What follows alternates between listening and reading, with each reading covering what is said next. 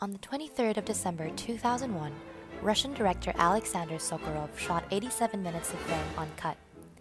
The film took 4 years to develop and over 1,000 people to execute, and although it is difficult to ignore the magnitude of the film, this was not the first time this has been attempted. There have been others who attempted to make a feature film that consisted only of one take, none of which, however, have gained the critical acclaim that Russian Ark has received. It has been praised by critics and film enthusiasts alike, but is yet to be viewed by a larger audience. Because of its nature as an art house film that is based largely on history, it does not hold a large part in mainstream cinema. As the spy and the European make their way around the Hermitage Museum, they encounter different scenarios from various points in time. While these scenes are visually stimulating, these references require a certain level of familiarity of Russian history and culture to fully understand. Due to this, the people it attracts are a niche crowd, but one with a deep understanding of the subject matter and the ability to appreciate its nuances. In an episode of the A24 podcast, Jonah Hill and Michael Cera discussed this very sentiment. Someone used a term last night that I loved, which was someone was talking to me about this kind of thing where they go, the audience is narrow, but it's deep as hell. Huh. You know, so it's like it's like a certain type of person. So it's like narrow, but it's so deep, meaning like there There's are a people lot. that are obsessed with Yeah. Yes. theater, like you're saying. Yeah, that's Yeah. right. In recent times, there has been a departure from established patterns of behavior that audiences expect from movies. Art house films have found an audience outside of the mainstream and has gained notoriety through the likes of auteurs who have a distinct style and created an appreciation for more experimental filmmaking. These films have been able to attract viewers outside of their market because there are those who either desire a change in movie experience or want to be a part of this niche audience. However, despite this, the art house scene remains relatively small and tight-knit, but one that is still growing. While it is not necessary to have an understanding of Russian culture to appreciate the beauty of the film, having some knowledge about the country's rich history greatly impacts the viewing experience.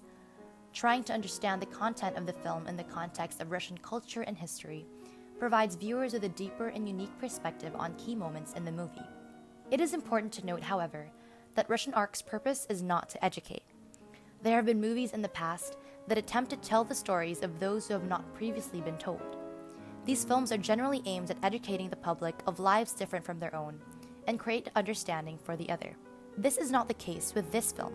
Russian Ark acts more like an homage or celebration of a country's culture and history that has been forgotten and overlooked far too frequently. The film and consequently the museum are acting as an ark for Russian culture.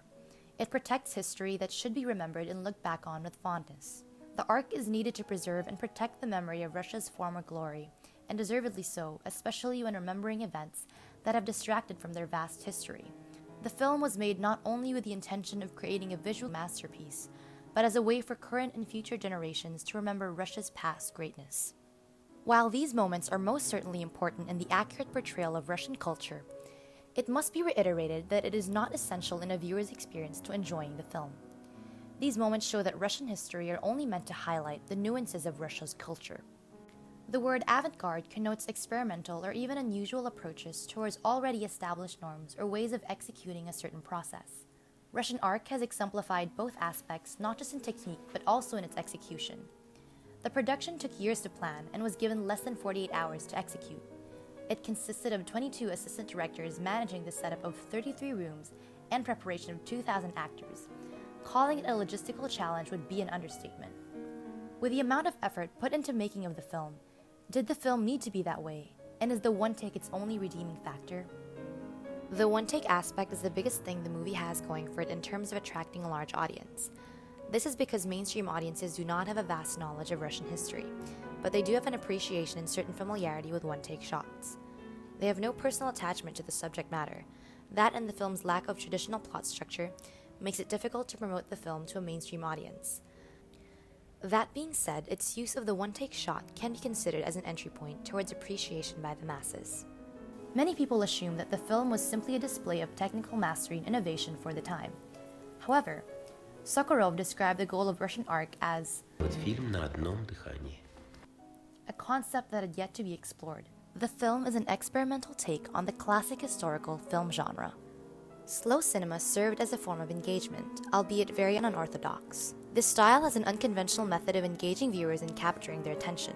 It is unconventional in the sense that it doesn't use over-the-top and in-your-face effects or sequences, but rather the tension is slowly built. Within Russian Ark, viewers see this technique through the European and the spy's slow journey throughout time.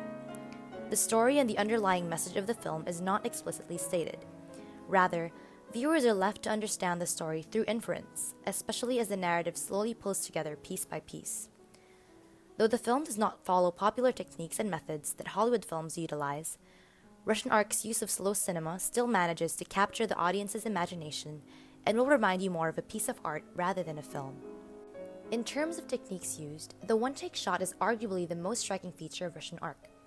Although it may be dragging at certain points, the one-take is still captivating, especially when one understands the context. While its technical aspects are evident in a focal point of the film, it is able to capture an element of timelessness due to these abilities. Its style is a means to an end because its technique ultimately aids the storyline.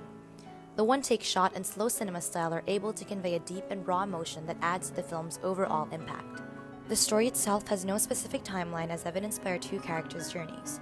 Throughout the film, we see the European and the spy encounter events or periods in Russian history in a non-linear manner. Sokurov used one-take shot not only for aesthetic beauty, but also as a tool and aid for slow cinema, which is used to properly capture the story and message that Russian Ark is trying to deliver to its audience. While keeping in mind the theme of timelessness and the blur between eras or times of Russian history, the final portion of the film is more meaningful than one initially thought. It is not just a grand ball. In the end, viewers see the culmination and final gathering of people from all eras. Together they dance and enjoy the music, but this scene is so much more than that. For the first time in the film, they all exist within one space. In their celebration, the story's complex timeline is essentially being simplified in this final portion.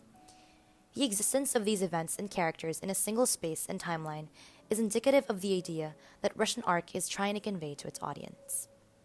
Though this film is better understood by niche audiences, if there's one thing to take away from its filmmaking, it's that filmmakers don't have to be exclusive in their process, creation, and production. Despite the existence of different groups of viewers, a filmmaker's artistic process doesn't change, as evidenced by Sokurov's Russian Ark. He set out to create a film which acted as a dedication to the rich history of Russia, and he did exactly that. He did not let the market dictate the process that he underwent. Depending on the viewers, each audience experiences Russian Ark on a different level. But that does not change the film's overall message. It is about the blend and use of technicality to explain something much deeper and emotional. Though niche audiences understand the storyline on a deeper level, there's always a way for mainstream audiences to join in and be part of the conversation.